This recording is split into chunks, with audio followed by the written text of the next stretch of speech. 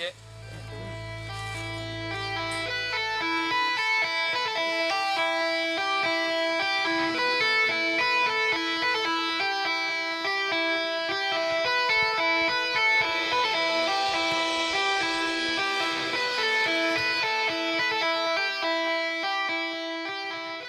Parce que je pense que de toutes les compositions de l'album, c'est celui avec lequel on se sentait le mieux, c'est celui qui ressortait pour nous.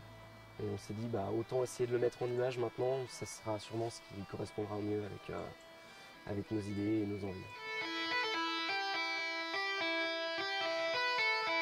On s'est dit que Johan, ce serait la meilleure personne, lui qui nous connaît en tant qu'humain et il nous connaît musicalement aussi, donc c'est plus facile pour lui de travailler quand il connaît le projet à l'avance.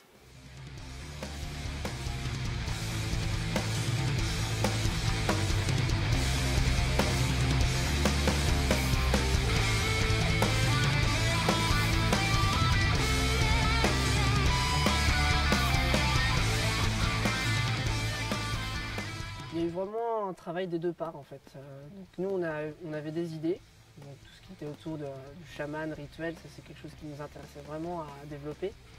Après donc on lui a donné cette souche de travail et lui a vraiment brodé la vraie histoire pour faire un truc cohérent.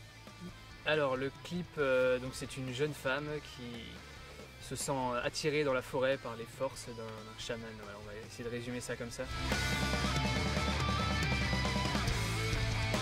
C'est toujours un peu stressant parce qu'on veut quand même gagner du temps et que les prises se passent au mieux, mais oui, c'est une ambiance assez particulière d'être tout seul comme ça et puis de voir la caméra et puis tous les autres qui sont derrière la caméra en train de nous regarder.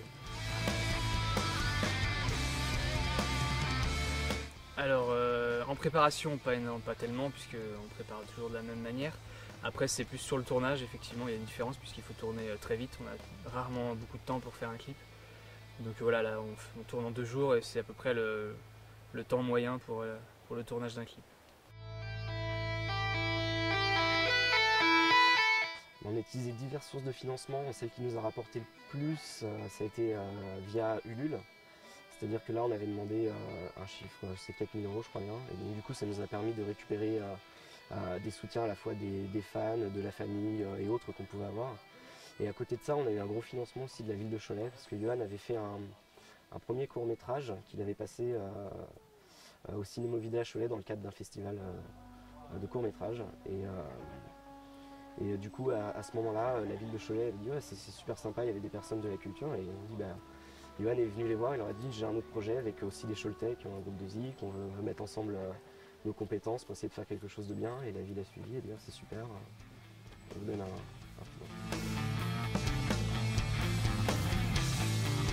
Ah oui, bah si effectivement, ouais, ça donne toujours un peu de pression parce qu'on dit que les gens attendent le prochain. Mais sinon, non, il n'y a pas de souci, pas pris la grosse tête ou quoi que ce soit.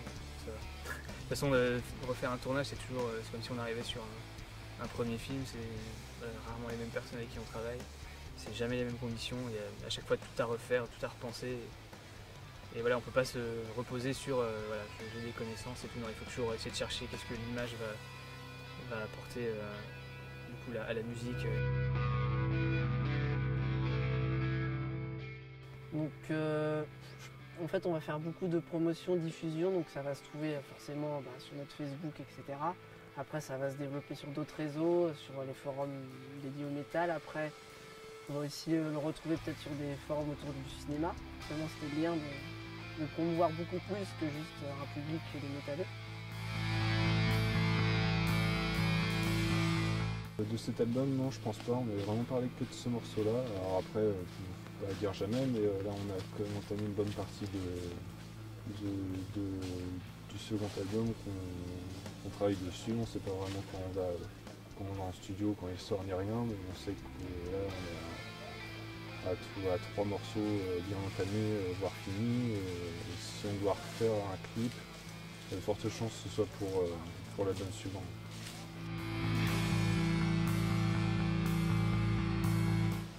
La prod, oui, parce que je produis déjà le film de mon scénariste avec qui je travaille habituellement, donc sur Lyon. Et après, en réalisation, il y a des projets qui se préparent. On devrait tourner bientôt une bande démo pour un futur long métrage, donc ça qui sera dans 2-3 ans. On voudrait quand même tourner quelques images maintenant.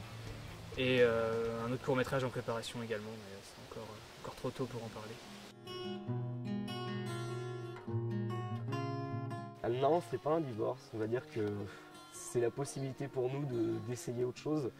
C'est vrai que bon, on fait du métal instrumental, mais c'est surtout qu'on aime la mélodie, on aime notre instrument, on aime la guitare, et on avait voulu envie d'essayer quelque chose de moins électrifié. On s'est aventuré aussi à d'autres instruments que la guitare, avec un peu de chant, du piano.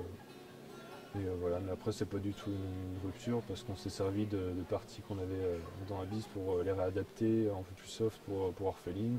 Et inversement, il y a des idées d'Orpheline qu'on a retravaillées, restructurées pour les idées d'Abyss.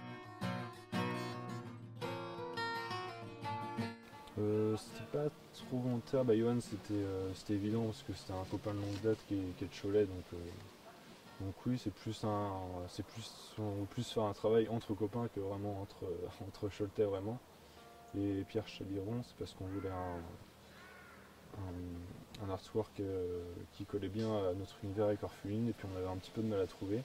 Et c'est justement en allant au Hacknick Festival au Cinéma Vida qu'on a vu la vidéo de Corentin Louis sur Pierre Chabiron, puis c'est vrai qu'on a eu un gros coup de cœur sur son travail. Absolument, c'est vraiment, ça nous a vraiment changé, on a eu une autre vision de nous-mêmes sur la musique qu'on fait, qu'on entend, sur tous les points. Il me faudrait 30 minutes pour expliquer ce qu'on a fait. C'est vraiment, c'est un peu un stage commando de la musique pendant 2 ans et ça a été vraiment important pour nous, je pense.